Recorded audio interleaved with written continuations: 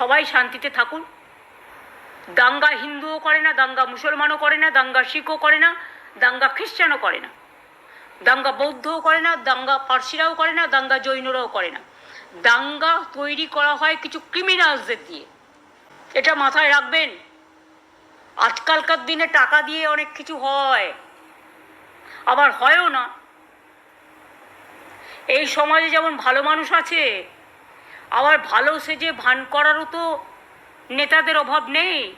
এই সময়ে সব মাছ ধরতে বেরিয়ে পড়ে। যখন বর্ষা আসে, পুকুর ডুবু হয়ে যায়, জলটা যখন পেরিয়ে আসে, পুকুরের ওপর ভরে যায়, তখন মাছ ধরি যেমন আমরা, সেই রকম এই সময় কোনো পলিটিক্যাল নেতা বা নেত্রী মাছ ধরতেও বেরিয়ে আসে। সুতরাং আমি বলবো সবাইকে শান্ত থাকতে। হিন্দুরাও শান্তিতে থাকুন, মুসলিমরাও শান্তিতে থাকুন, খ্রিস্টানরাও শান্তিতে থাকুন, শিখরাও শান্তিতে থাকুন, হিন্দু বৌদ্ধ শিখ জৈন পারসিক মুসলমান ও খ্রিস্টানি। আমি চাই আমার দেশ ভালো থাকুক, রাজ্য ভালো থাকুক, সব রাজ্য ভালো থাকুক, পৃথিবী শান্তিতে থাকুক, বাংলা শান্তিতে থাকুক, এইটুকুই বলবো।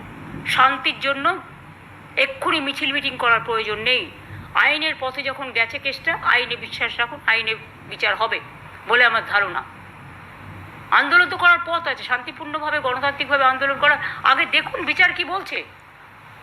যখন কেস একটা সাবজুডিস হয়ে যায়, তখন ভরসা রাখুন কোর্টের ওপরে।